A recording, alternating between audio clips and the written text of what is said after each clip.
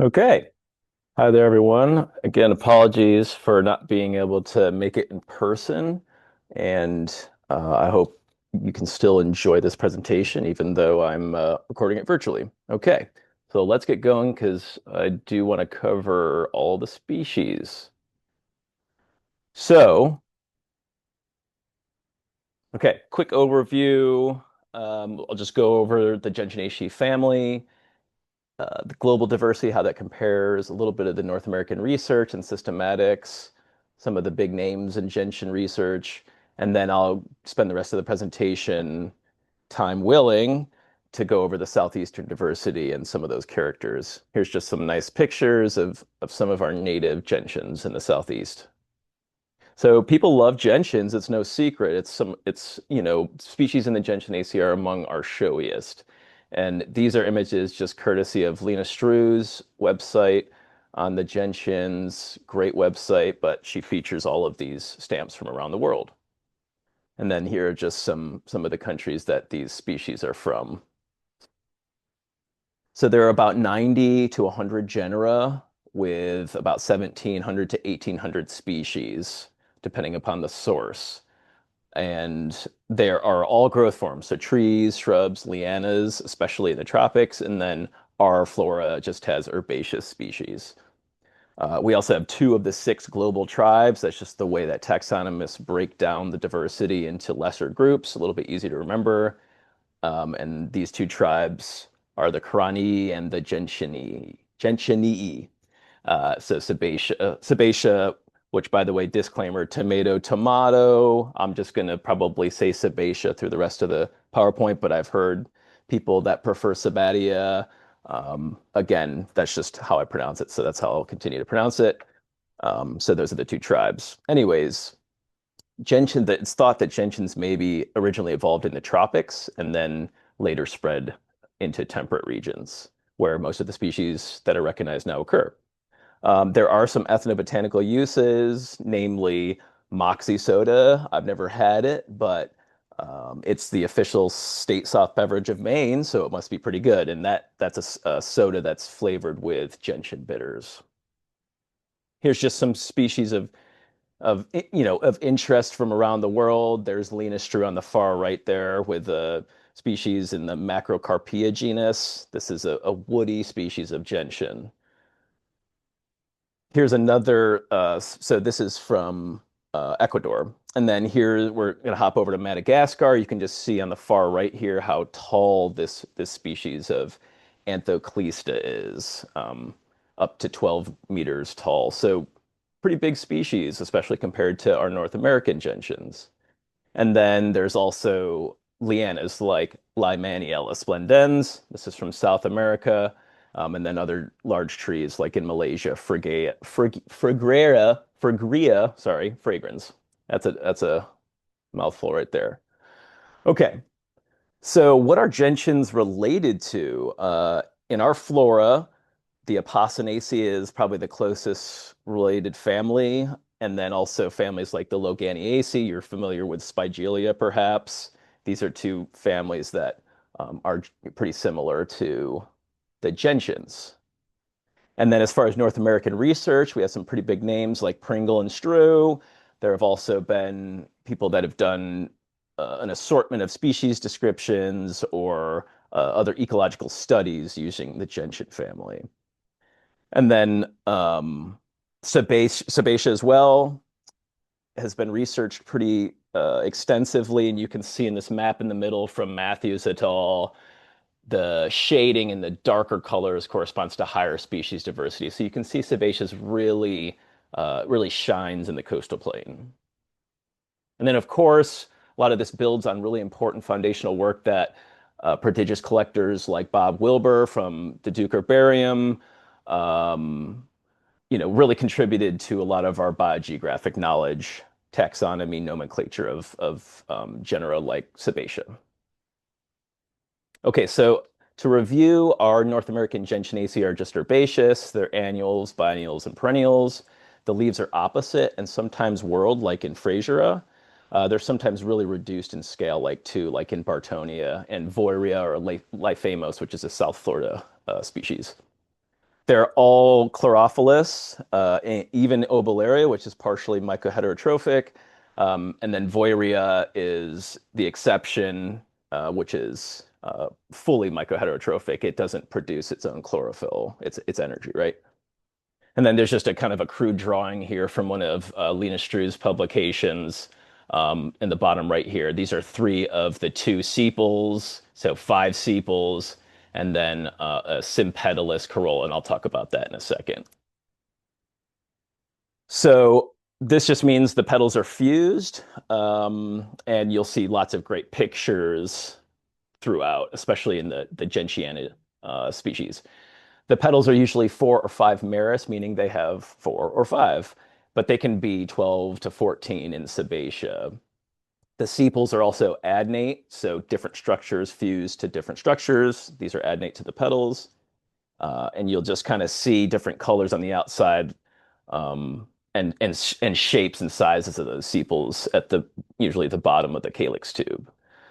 The filaments are also adnate to corolla, so a lot of fusion throughout is sort of the theme here. And then in some genera like Gentiana, the flowers have plicae, these little frills that sit between the corolla lobes.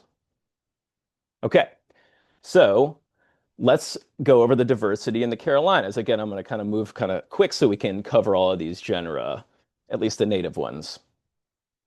So we have a few non-native genera, and then we have 7 native genera, at least in North and South Carolina. So here's just some pictures of those non-natives that have been documented from the Carolinas. And then we have some really interesting natives too that are in the flora of the southeastern US, but we just don't have them occurring in the Carolinas. They haven't been documented there. So Eustoma is a really beautiful species of like salt marshes in Florida. You can see it, and then westward. Voirea or Lifamos parasitica, really cool plant from pine rocklands in South Florida. And then Zeltnera, which is really more of in our flora out west of the Mississippi, so Texas and similar areas. And there's 4 species. So by the way, how am I querying all this? How am I finding this information? Well, it's actually really easy. You just can go to fsis.ncbg.unc.edu. Many of you have probably already used this website. This is the FSIS webpage. And I can just type in Gentianaceae in the top left there, and then I can click Show All Taxa or just show the genera if I'm interested. And it gives you a pretty good estimate. It's a little bit inflated up here, this number, because it also counts genera when you hit Show All Taxa. So just keep that in mind. Another easier way and quicker and more efficient way is to do this on FloraQuest. If you don't have FloraQuest, you can purchase this app for one-time purchase of $20 on both Apple and Android stores. If people have questions about that, I can give them more details in the end. But I'm just going to show you a quick video of how you would query this on FloraQuest. Okay, so I'm on the main menu here in the browse, and you can see on the bottom left. So that happened kind of quick, but if you go back up to this little pinwheel here, this will allow you to filter your geography. So I can just filter Georgia off if I just want the Carolinas. You can even filter by sub-region. Let's say I only want some eco provinces, right? Okay, so I'm back on the main menu here, and I'll just scroll over one here to the graphic key. You can see that highlighted on the bottom. And for brevity here, we'll just go to the miscellaneous dicot wildflowers. This includes most of the wildflowers we're familiar with that aren't monocots like lilies. So I did that again kind of quick here, but you can go down to the family here, and you can just select for Gentianaceae. So it's just a really quick way to visualize that diversity. So I'll click Gentianaceae. You can see my options have already gone down to 33 for those 2 states, which is quite helpful compared to the 5,000 species originally. So it's just a really great way to filter down. And then you can see when you hit show here, it will filter those results based upon rarity. This is just how the app will do this automatically. You can change this though. So common species first. You can change this by going up to those 3 lines and then just clicking scientific name instead, or common name, however you prefer to filter. And then once you're here, you can just scroll through really casually and get a good sense of the overall flower color, shape, leaf size, all that good stuff from these thumbnail images. Of course, you can click on any species at any time to learn more about it. Okay, so moving on here. So let's continue going over some genera. So we'll actually go through our native genera now. So Bartonia is the smallest of our gentians, and really you need to look pretty carefully low to the ground in especially boggy habitats for the three species occurring in the Carolinas. So we have Bartonia verna on the far left here, Bartonia paniculata. There are different infrataxa recognized there, and then Bartonia virginica. And you'll see these little state markings here on the slides. This just indicates whether these species occur in one state or both. Okay, so moving on, again, we're going to kind of move quick here. Frasera, we have one species represented in the Carolinas. This is the only monocarpic gentian as well in our two states. So monocarpic plants are like salmon a little bit. They live their whole lives without reproducing and then have one big event at the end.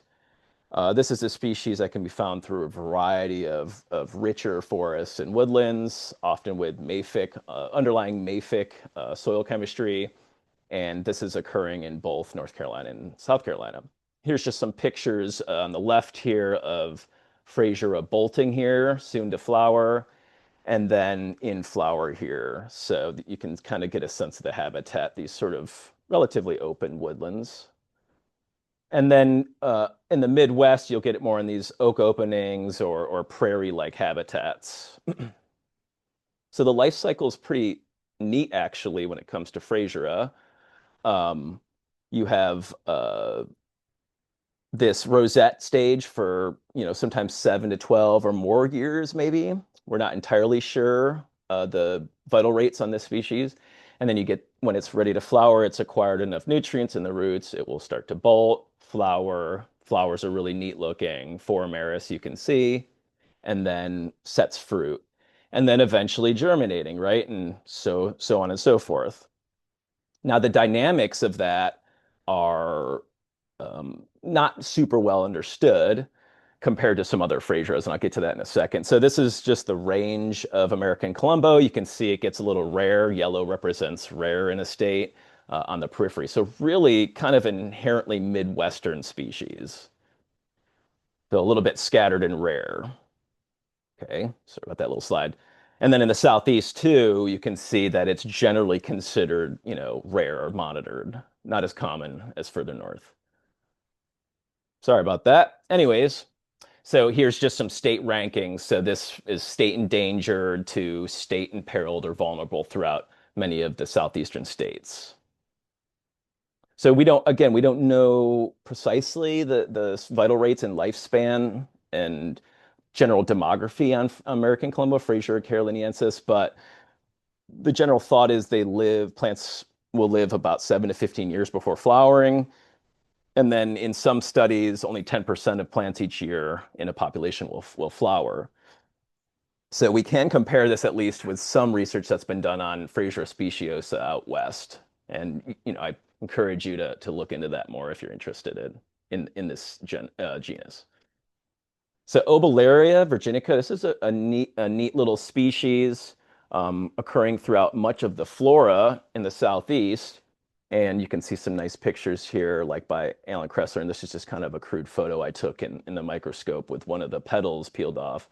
But this is a mycoheterotrophic plant, so it gets some of its nutrients from fungi, from mycorrhizae. And it's monotypic, so that just means it's the only species recognized in that genus.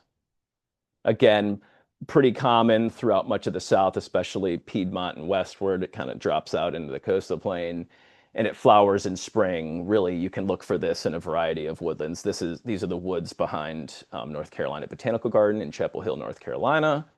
And you can just see the plants popping up rather inconspicuously from the leaf litter.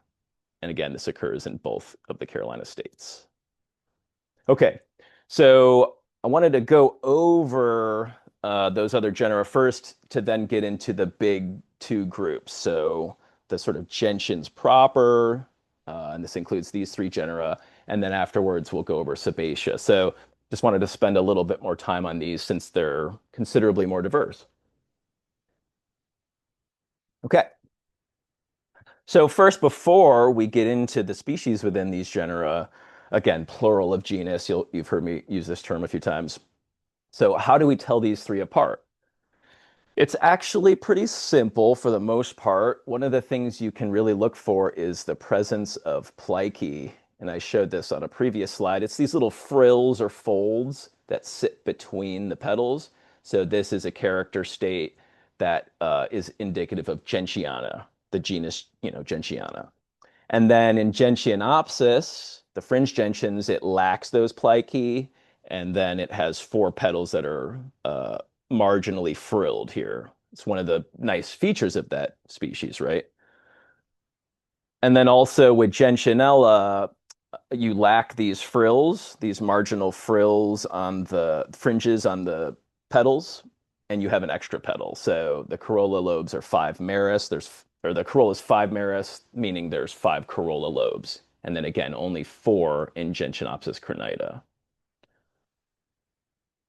Here are just some nice kind of basic illustrations from Flora North America, the recently published Gentianaceae treatment in volume 14. That's a nice Pringle publication there. But anyways, you can just see if you were to peel the, again, sympetalous corolla, the fused petals, you have to sort of peel them open a little bit to get a better sense of their morphology. And you can just see these marginal fringes on Gentianopsis versus the plicae on Gentiana autumnalis. Um, and we'll see really good pictures of all of these in a second. Okay, so Gentianella, we just have the technically two species, but quinquefolia is kind of the main one that you'll see in our area. And actually occidentalis is occurring West Virginia and westwards. And we maybe don't know super well the distribution of that yet in the southeastern flora, or at least, need a little bit more time to parse those out. Nonetheless, quinquefolia is pretty common in the mountains in the northward. And you can see it in higher elevation forests, sometimes even kind of open disturbed habitats like roadsides, as long as it's not super, super disturbed, although I've seen it in, somewhat disturbed high elevation roadsides, right? I like to think of this as the tower of flower gentian because it just seems to, continually stack up more flowers. It's just really a robust species, really kind of showy too. And again, these flowers have five petals and lack fringes on the margin. Here's just some nice pictures again, kind of showing the corolla when it's closed and then starting to open up. You can see the five petals really well. And then again, just a really, photogenic species. I mean, just hard not to photograph when you see it, right? So moving on to the fringe gentian. So Gentianopsis crenita is the only species that we have in our flora, and then it's only been documented from North Carolina. It's otherwise primarily southwestern. There's a fair amount of species further west. So again, we have four petals. Marginal fringe is really kind of nice, especially when it's closed. You can see how nicely fringed the petals are, and then just super showy. Again, lacking the sort of folds or plicae between the corollas here. And then that's considered a state in danger. So S1, really rare in North Carolina and in the mountains only. So this is really, I think of fringe gentian as fall's last floral farewell for a lot of botanists in the northeastern region or in temperate regions or in the mountains. It's kind of the last big show that you get from a lot of the herbaceous species. Flowers a little bit later. Again, the corolla stays kind of closed so it can protect the flower a little bit in the event of colder temperatures at night. But nonetheless, this is one that botanists are really infamous for going out and getting pics of in well into October. This is just a slide to appreciate the really beautiful color of Gentianopsis. And here's just the photographers there. Okay, so now let's get into Gentiana proper. Let's see how I'm doing on time here. Okay, doing pretty good actually. Okay. So here's just some images kind of from the genus to kind of give you a sense of the morphology here. And then again, this is a Janie Marlowe photo. You can just see these plicae popping up between the corolla lobes. Again, here are your corolla lobes, plicae in the middle. Your calyx lobes sit below, and they usually are kind of at the bottom or at the top, often, of the calyx tube. So these are all just structures that are really indicative of Gentiana, sort of apomorphies, if you will, and help us to distinguish this genus from the other two Gs, right? So the fruit are just kind of a capsule. You can see Paul Markham has a photo of one kind of ripening here. And then inside those capsules, you have quite a few seeds that can mature. So kind of neat looking. It's not something we maybe photograph quite as much as the flowers, but still really important to understand this family.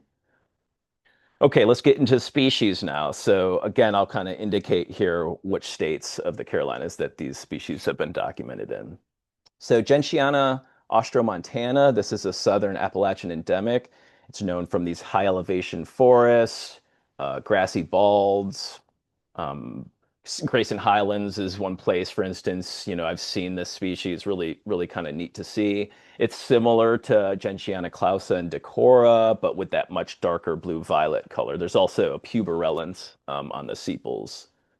So yeah, you can see the calyx lobes are puberellent here. A little subtle, but if you look closely, it's apparent. So moving on to one of our showiest, I mean, besides, I would say Gentianopsis crenita and Gentianella quinquefolia, Gentiana autumnalis, I mean, between those three, in my opinion, they're among the showiest of the Gs. So this is pine barrens gentian, as its name sort of indicates, known from pine habitats like sandhills, flatwoods, similar, xeric or dry habitats. And it's pretty inconspicuous for much of the year until fall, right, when it puts these amazing flowers up. It's in kind of two main areas, two disjunct areas. In the Carolinas, a little bit in Virginia and North Carolina border, but then the New Jersey pine barrens. So kind of separated by lack of habitat or habitat loss. The leaves are really kind of neat and often overlooked. They have these sort of propeller leaves. So these are actually two pairs of decussate leaves. What that means is, you have sort of two leaves coming out of the stem one way, and then the next node up, you have them coming out this way. So it looks a little crisscross. So it can look superficially four-ranked here, but really these are in ranks of two. They just kind of twist out a little bit, so it looks kind of unique. So it's something to look for in the field anytime, prior to the species flowering, if you're in the right habitat and want to see if the species is around. The flowers on gentians close at night, so this is really easy to see if you're in the sandhills in looking at pine barrens gentian. This was just from a few weeks ago in the Sandhills Gameland area of North Carolina, and we were really excited to see this nice crab spider just kind of hiding out waiting in ambush, probably for pollinators. My one question is, does this spider, I mean, I didn't go back to this flower, but does this spider stay in the closed flower overnight? I don't know. That'd be kind of interesting to learn. It's got to be a lot warmer, let's say, on a cold night. So I did mention a little bit about conservation horticulture in the title. I won't cover this too intensely in the presentation, but this is a species that North Carolina Botanical Garden hort staff have rescued from various, well, at least in one instance, an area that would have been affected by military operations in Fort Liberty. So this sand here in the coastal plain or sandhills habitat at the garden really helps to rescue some of these species. So I think the soil is really important if you're going to think about these species from a conservation standpoint, saving or rescuing certain plants. Quick shout out to Gentiana pinelliana. Quick little mention for Gen such a beautiful plant. It's the closest relative to Gentiana autumnalis. It has these pure white flowers with really kind of black outer portions of the corolla, so the contrast is really striking. And then this is a pure winter bloomer in the Apalachicola region of the Florida Panhandle. So it just is like crazy to see this amazing flower in the middle of at least a Florida winter, which is still winter for Floridians. Here's just comparing those two species here. So you can see the calyx lobes are a little bit thinner in autumnalis. And then obviously there's some differences here in the corolla color and spotting.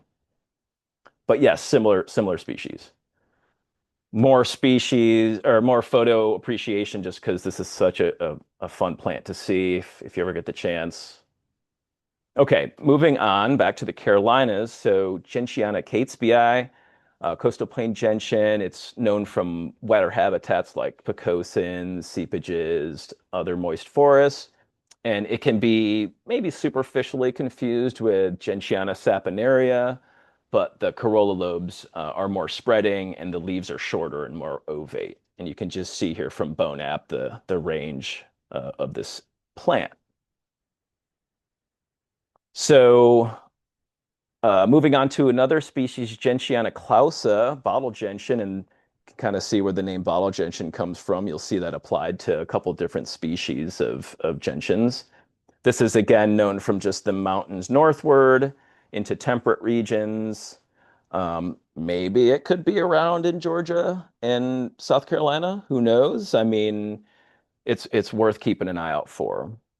But again, um, so the ovate leaves of Catesbii diagnostic, and then the ovate sepals of Gentiana clausa diagnostic. So, similar shape, just on different structures. But you can see how these are spreading. They're not really upright or oppressed. They kind of come down a little bit, and then they're pretty wide. So all helpful in ID. Moving on to Gentiana decora, again found in both states here, another endemic to the Southern Apps. One of the helpful features here in identification is the puberulent calyx tube and stem. And you can kind of see a picture here close up. I think this is of Alan Kressler's as well, but you can see this fine puberulence, kind of softly pubescent. And then also the anthers are connate at enthesis. I did have a photo of Janie Marlowe's, but it may have been buried further up. But it's really kind of cool to see. You can see these anthers kind of fused at the top. So moving on to Gentiana flavida, or pale gentian, it's also been known as Gentiana alba. That's a synonym. It's really a little bit of dubious records for North Carolina, but they are potentially documented from Watauga County. It's really primarily Midwestern, but of course, North Carolina, has other Midwestern disjunctions as well, so it wouldn't be that surprising. But this is one to also keep in mind in remote mountain areas of Western North Carolina, maybe even South Carolina, who knows? Gentiana latidens, only documented from North Carolina, but again, bordering somewhat close to South Carolina, so it could be out there somewhere. Also known as balsam mountain gentian. It's really been known from just 4 counties so far in Western North Carolina, from moist, seepy, sort of rocky slope type habitats. And it's similar to clausa, but the corolla and the calyx are longer. That's, in addition to some other characters mentioned in the key. Gentiana saponaria, the soapwort gentian. It's pretty widespread, a little scattered, but it grows in a variety of wet and moist habitats. The leaves are a little bit more elliptic compared to catesbii, and then the corolla lobes also are more incurved. So you can see these corolla lobes are kind of curved inward here. I don't have catesbii handy, but we could look at those pics later. So saponaria is worth a quick little tangent here on studying gentian pollination. Oh, here's Janie's picture. So this is of saponaria, sorry. The anthers are connate at enthesis, right? So they're fused around the gynoecium, the female part of the flower. And so especially when the corolla is closed and there's no pollinators, these flowers can self, right? They can be self-fertile. And then just comparing to some of the pollination evidence that people have documented from other species, similar species like Gentiana andrewsii, which is known not from the Carolinas, further northward, right? The corolla kind of reflects UV light from inside, right? And so that striking UV contrast is attractive to bumblebees, right, that are strong enough to sort of ply those petals open. Some bumblebees have tongues that are too short, so in a lot of events, they really have to get all the way down, bury themselves, sort of weasel their way into the bottom of the flower to get that sort of reward, right? Michelle Wong is a naturalist, botanist, photographer from Texas, or really active in Texas, and she's just taken these really amazing photos of different flowering species with normal cameras versus the full spectrum camera, and it really helps us to visualize what an insect might see. So these UV patterns are usually what we consider as nectar guides. They're sort of guiding pollinators to where the nectar is in the flower, and then as a reward, being pollinated, right? A lot of gentians are buzz pollinated, so like the bottle gentians, for instance, right? That image of that bumblebee you saw on the previous slide, kind of weaseling its way down to those nectar to that nectar source.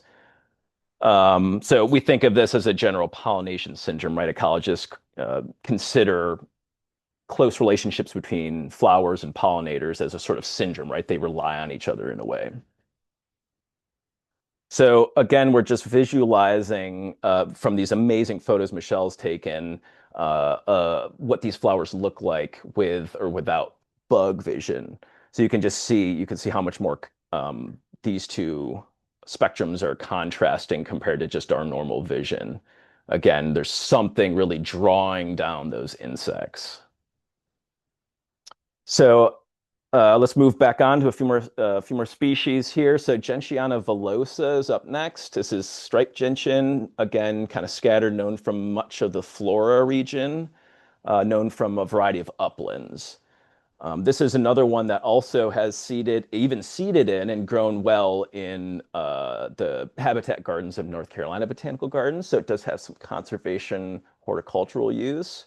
Um, and the flowers are really white and striking, big, kind of rounded, almost ovate leaves.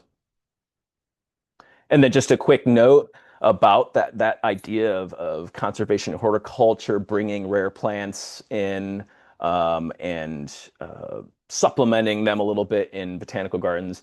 The Spiranthes bitensis originally, this is from a Matthew Pace paper, originally kind of only known from this upper Atlantic part, right? The Jersey and adjacent area. And then currently, only known from a few populations in the wild. Now, that being said, there's really, it grows as a weed in the bog beds of North Carolina Botanical Gardens. So some of these species may fare pretty well in cultivated spaces. Okay, so moving on to the last genus. Check my time again real quick. Okay, got about 10. It's amazing. I usually go over. Okay, so Sebacia, just to go over the morphology real quick. Again, these are commonly or colloquially known as the rose gentians, marsh pinks, sea pinks, depending on where they're growing, right? There's 15 species that have been documented from the Carolinas. Again, the flowers are 5 meris or more. They can be up to like 14 in some species, and you'll see in Sebacia dodecandra, right, that 12 is 10 to 12 is pretty common. The calyx tube is present. You just can't see it in this picture here. The petals are usually pink or white, but can often also be suffused with other nice colors like yellow, cream, and then kind of greenish colors. And then one thing that really stands out in Sebacia is this sort of eye spot. It's often yellowish or greenish in contrast in color with the rest of the petals. Again, probably really attractive if you're a pollinator seeing in bug vision. And then it lacks plicae like gentianas.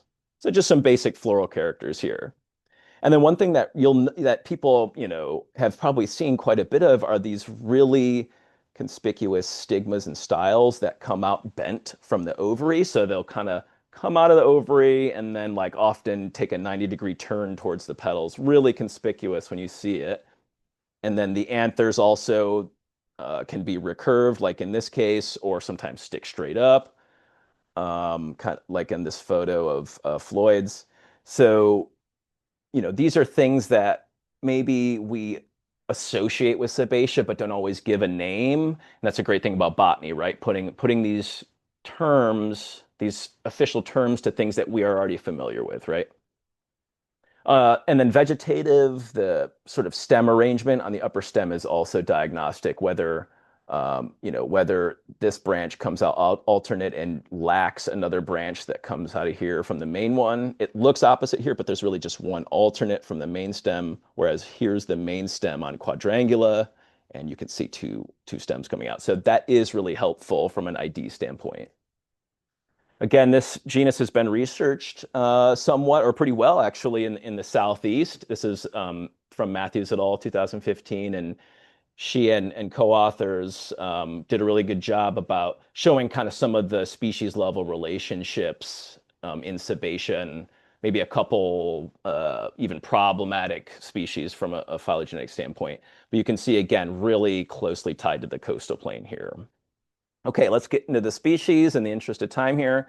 So Sabatium angularis, common marsh pink, really widespread, pretty common species. You can see the style here really bent out in this case, right? And then the anthers are kind of upright. But one diagnostic feature is the lower half of the stem is really obviously winged. Again, just some nice photos kind of showing this plant pretty commonly encountered. So, you're probably already familiar with it. Sabatium brachiata. This is a species of uplands, so kind of down into mesic habitats, but often in the sort of dry mesic zone, especially in that sort of broad pine savanna classification, found in both North and South Carolinas as well. Sabatium brevifolia, only known from South Carolina, but not too far from southeastern North Carolina. It's pretty conspicuous though, so if it's been overlooked, then maybe it's just been confused with some of the other white flowering species. But like Deformis, for instance. But the leaves are usually a lot thinner, like on this photo here. And then here's just my friend Jimmy showing that Sabatium flowers are kind of nice to stick in your beard sometimes too. And then Alex Delapaz here, also big fan of Sabatium. This is really one of the most commonly encountered species you're going to see in much of Florida in the mesic or dry mesic habitats.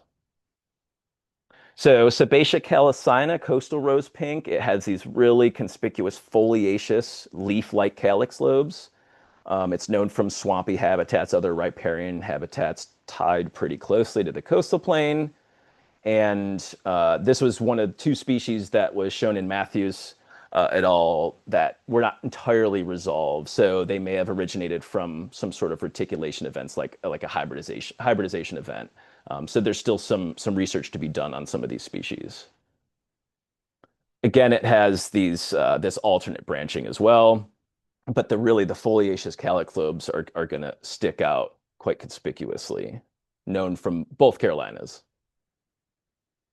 Sabatium campanulata, known from also pine savannas, but a little bit wetter, seepage slopes, other boggy kind of wet habitats. It's a perennial species, has multiple stems usually arising from the ground. So that's one of the ways including the calyx lobe length that you can distinguish this species from Sabatium grandiflora and stellaris when they co-occur.